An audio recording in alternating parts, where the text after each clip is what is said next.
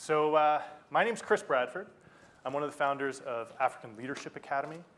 I live in Johannesburg. For the last decade, we've sought to identify really promising young leaders from all over Africa and bring them together on our campus in South Africa and prepare them for a lifetime of leadership on the continent. And as a way of starting, I wanted to ask how many people in this room, when you were asked in the start of this session what you were most passionate about, how many of you said education? All right, so we've got a few people who said education. And I think on this stage are three people who certainly would have answered that question with education. So I'd like to introduce my esteemed co-panelists, two of the most amazing educators you will meet, and both people who are only a few years younger than you, believe it or not. So Liz Dozier, on my right, your left, is the founder and managing director of Chicago Beyond. Before that, she was a principal in Chicago. She was actually recognized by the Department of Education as one of the 15 most innovative principals in the world. Or, sorry, in the United States, but we'll go with world. and transforming the lives of students in Chicago, now making investments that can improve safety and improve educational outcomes for students from your community. And in the middle is Ms. Shabana Basij-Rasikh, and she's absolutely remarkable. She's built a girls' school in Kabul, Afghanistan, which was her hometown. She left when she was 15. School of Leadership Afghanistan has 62 students. They all board, and for the last many years, I've received emails about Shabana's work, and so I'm so excited to finally have the opportunity to meet you. So we're going to have a conversation for the next 20 minutes or so about how to transform the world of education, a world that affects you every day. And as a way of starting that, I mean, you are transformative people in the world of education. And I wanted to ask if you could maybe spend some time thinking about or sharing with us a bit about your life at 16 or 17 or 18 or 19. What was it for you that prepared you to go on the path that you have and to build the things that you've built? So Shabana, can we start with you? Sure. I'm so honored to share the stage with you and Liz. It's wonderful to be here. You guys are really inspiring. I've been in the back of the room for the past hour or so, and listening to all of you and the conversation has been really wonderful.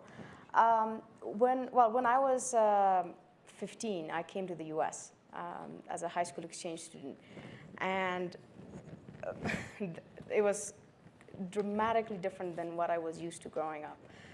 The very first thing that actually my host family told me was that they picked me up at the airport in the beginning of August, and they said that towards the end of September, they were going to have a family road trip to Cedar Point, Ohio.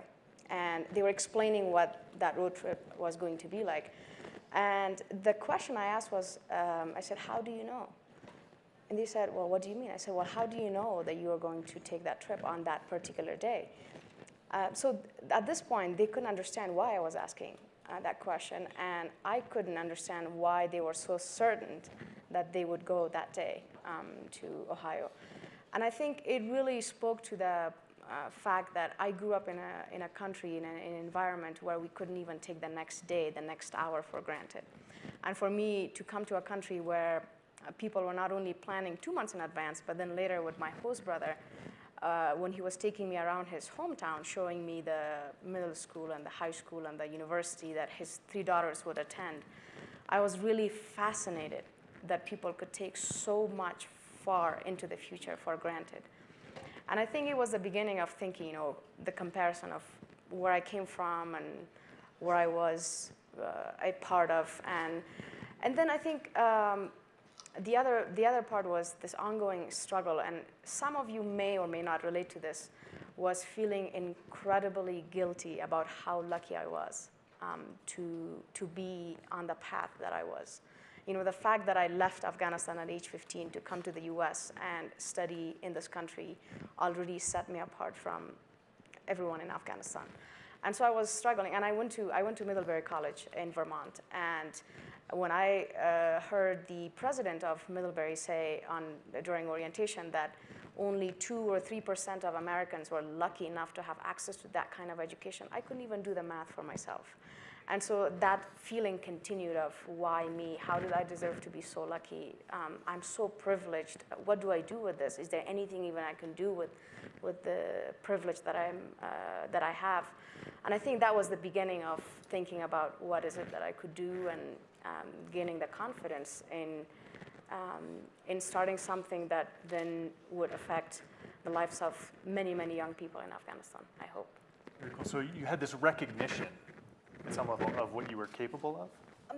Yeah, I think yes and no. I was speaking earlier. So I started the first and only boarding school for girls in Afghanistan. I have not been to a boarding school myself, but I think if I knew then what I know now about what it takes to start a boarding school, I don't think I would have stepped into this role at all. So I think in some ways it's wonderful, but I know what I had was extreme passion for wanting to do this. At age 18 or 19, when you tell someone that you want to start the first and only boarding school for girls in your country, some people might be nice and encouraging, but a lot of people will say, "Are you crazy? What's wrong with you? You think you can do this?" And you will hear a lot of that. Especially you people have some amazing ideas. You are here because you are extraordinary. You are passionate about something you want to do, whether it's your future or ending racism or sexism or whatever that might be for you. I think because you're young, there's something that a lot of people might discourage you from it. Might say, "Well, just focus on what you can do. Go through school, go through college." But I think you have to be able to find a way to listen to that, appreciate that people are trying to give you feedback, but don't lose hope in your ability to do what you do. And that's, I think, what you say confidence is. Yeah. Awesome. Well done. Can we give it up for Shabana, please? To dream and do. Liz, how about you? Yeah, so I'm from Chicago, so I got to give my shout outs before I get started. So I give my shout out to Table 13. Thank you for the encouragement.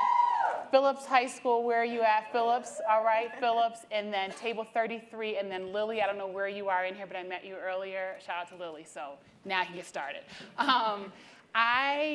When I was 16, I was just sort of, I don't know, I guess living my life. I was going to high school. I was involved in, some volunteering and played sports, but really couldn't imagine my life much beyond high school. I couldn't imagine my life much beyond, being 16, 17 years old. It always seemed like some far off notion to think about being 25 or 30, or I couldn't even wrap my brain around something like 35, and it wasn't until, I think as I started to get a little bit older, I started to get to college, I realized the immense privilege that I had to be sitting in a college classroom.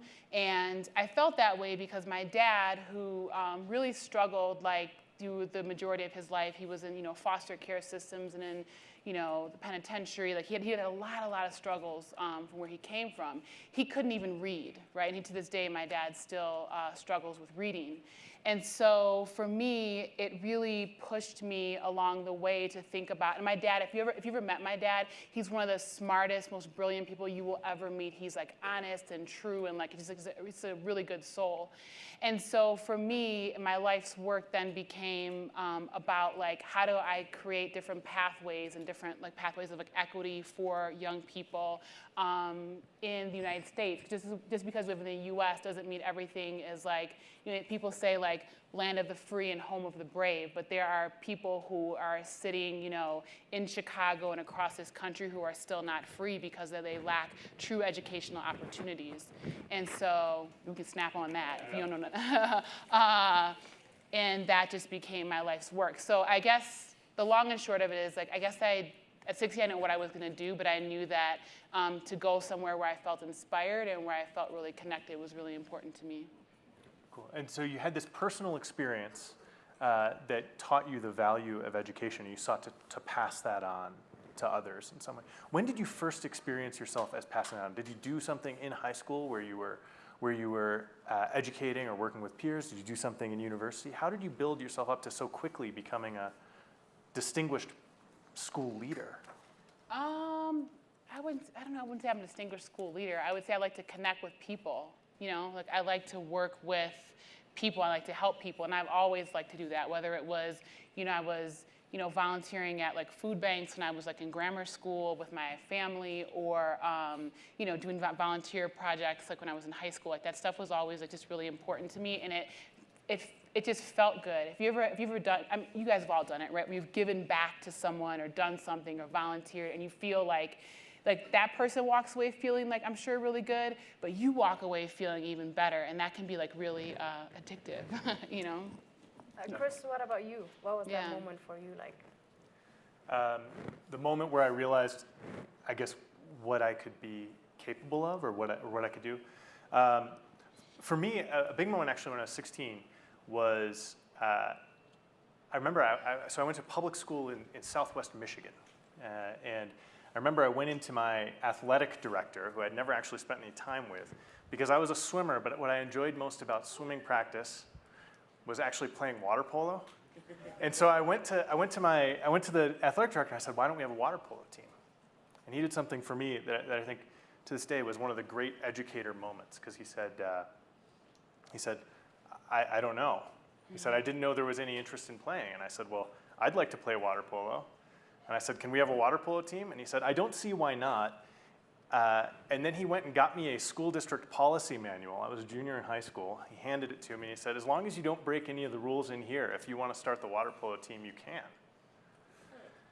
And he gave me that sort of that I guess sense of agency or ability to do something. And I called up my friends, because there was no way I could do that alone. And they said, oh, we can start a water polo team. And a few months later, we played the first competitive water polo match in our school district's history. But for me, that gave me the confidence that I could do something bigger. And I think, you know, as I looked at the things I did after that, whether it was writing a new course for summer school or starting a job training program in a homeless shelter, they were all things that came out of that moment of understanding maybe what I could be capable of. No.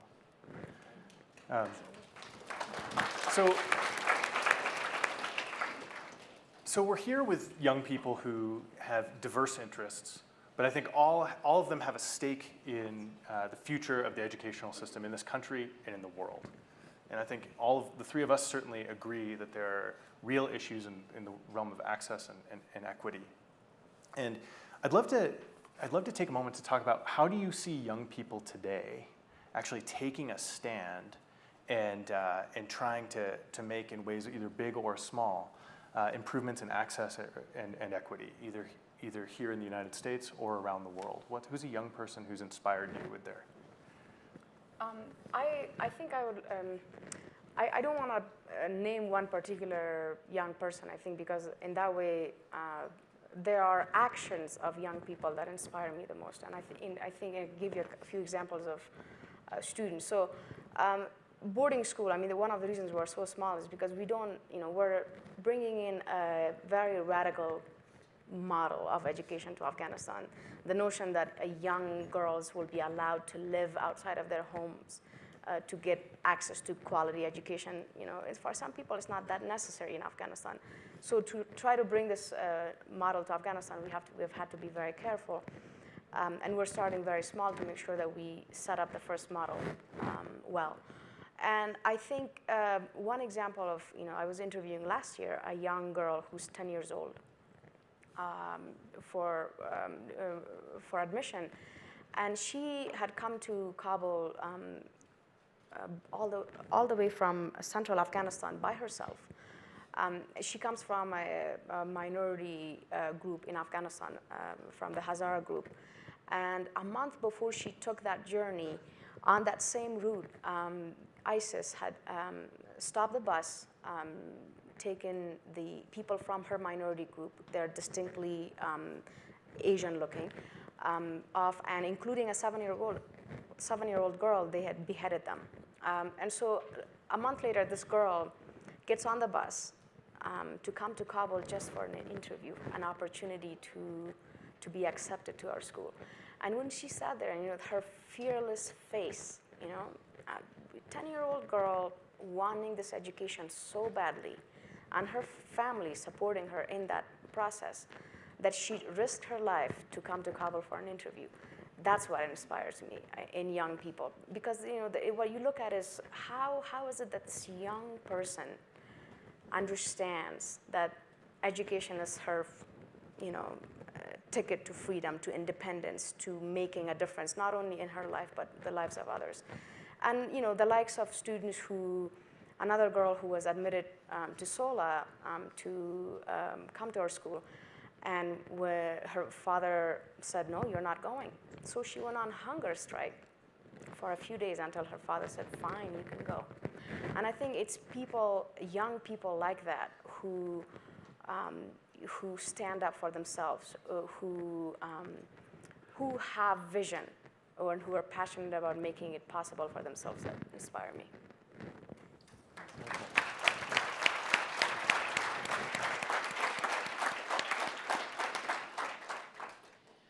I think for me, a lot of it, the inspiration of recent has been in what we're seeing both on TV and in our communities and cities across the country, where young people are really taking and making their voice being heard about political issues, about things that are happening in DC and across our country, and whether that be through protesting or other silent movements, but really becoming actively engaged. And to me, that is very powerful, because I truly believe that the fate of our democracy will rise and fall based on what happens with young people across this country. And to see that level of activism and engagement, to me, is very inspirational. Chris, you've started one of the most amazing model schools in Africa. What is that for you? You work with a lot of young people. Who inspires you? You're really turning the moderator table over here. Who inspires me? So there's a student who I spent some time with actually just last week. His name is Basij-Rasikh Anyeth. He's from South Sudan, a town called Bor. Basij comes from a village that is rural, that has been ravaged by war his entire life. And he comes from a family for which his parents are not literate. In his first year at ALA, our school, African Leadership Academy, Basij gave me an essay that I still keep at the top of my drawer in my desk. And it was an application. He wanted to go to a conference on global poverty.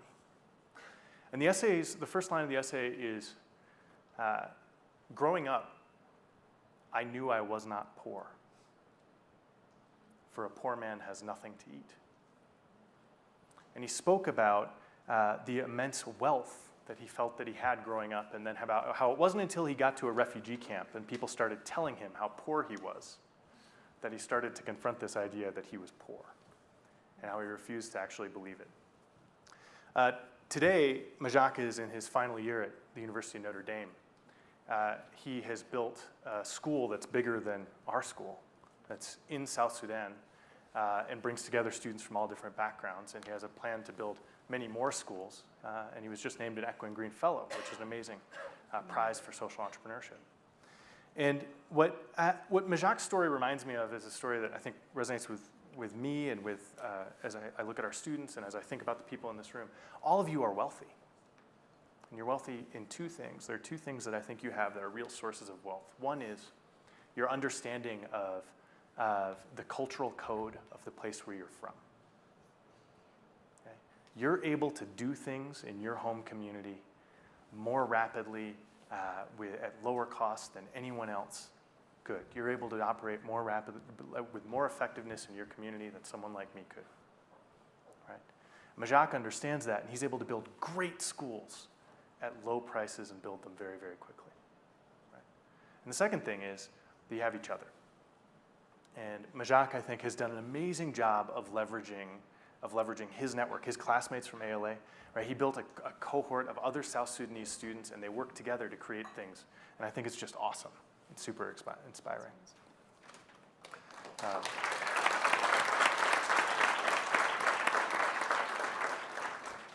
So this is where we'd love to hear from you. I mean, what questions, what ideas do you have? What change do you want to see, and how can we help? See two at this table.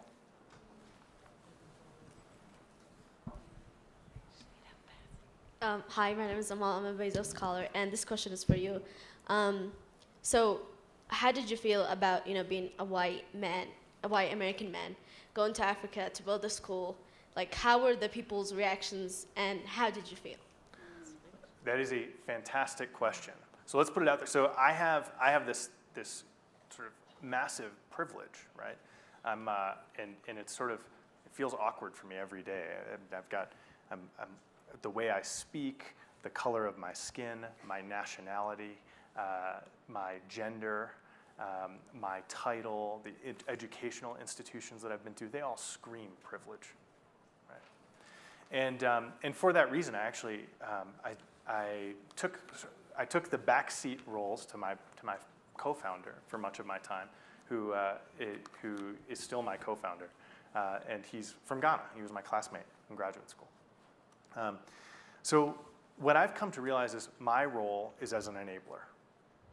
I can't build schools in South Sudan like Majak can, and I can't tell a South Sudanese community what their schools need to be like. What I can do is I can be a bridge between students like Majak and and opportunities or sources or networks or sources of capital from around the world as a result of the things that I have access to. And I think it's really important every day that I do a really good job of listening.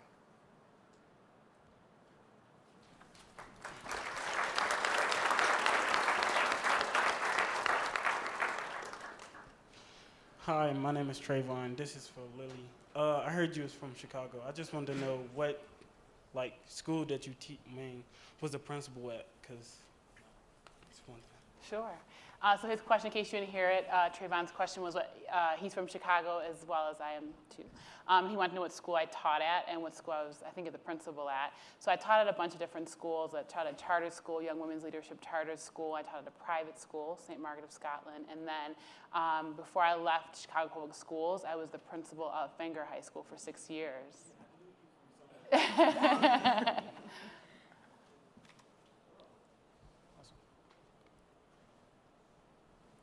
So you can just throw your hands up real nice and tall so we can see them. I see more questions at the table and then a question up front. Over here, and then way in the back, and then up front. Do you want to go ahead? Omar? Yeah. Please. No, I got a comment. So you said what changes we want to see. A change I would like to see is I would just like to see people, no matter the race or no matter the color, I would just like to see people all come together to try to uplift each other, rise as one, because often we got too many black people wanting to kill each other. There's too much greed going on in the world. We all need to just focus on each other and just want to build as one. I think that's really true, what Omar's point is, and I think it starts with all of us. It's what are we each doing individually to make sure we're making that happen, right? It starts with us, and that's a really good point. All the way in the back. My name's Clemente. Sorry if I stumble bad at speaking out loud. Growing up, I've been given opportunities that I feel privileged, but I've also seen people passed over and who really do deserve it more than many of us. How do you feel the education system should change in order to give students who aren't exposed more exposure to opportunities to grow as people and be able to tap into their potential? Shabana, can we hand that to you? Sure. Because I think part of the reason I started the ASOLA as a boarding school was so that we could bring people from different ethnic backgrounds, different linguistic backgrounds, but also people who we know for certain that would not otherwise have access to quality education or to any form of education at all, which is why I think that the boarding school, localizing the boarding school model in a place like Afghanistan is a great solution to a problem like that. But I think beyond that, making sure that aspects of a school like SOLA could be scaled up. So to advocate for changes in the public school system in Afghanistan. I know the issues in the US, maybe Liz could speak to that. But I think, one of the biggest problems facing people in Afghanistan is that our educational system is based on rote learning. It does not encourage critical thinking, creativity, and all of that. And we need that so desperately. We have been torn to pieces by more than 40 years of war in Afghanistan, and we need young people to come up with creative solutions to the problems. And where can we get that? We can't just get that from people who become memorization machines. We get that from people who are encouraged to think critically, to think creatively, and are supported in that process. So I'm hoping that that's where we can advocate for young people and people of, from disadvantaged backgrounds to access quality education. Great answer. So I'm being told that we need to close, and I see lots of other questions. And so hopefully, if there is a break, hopefully you can catch a couple of us at the break or at the end of the session today.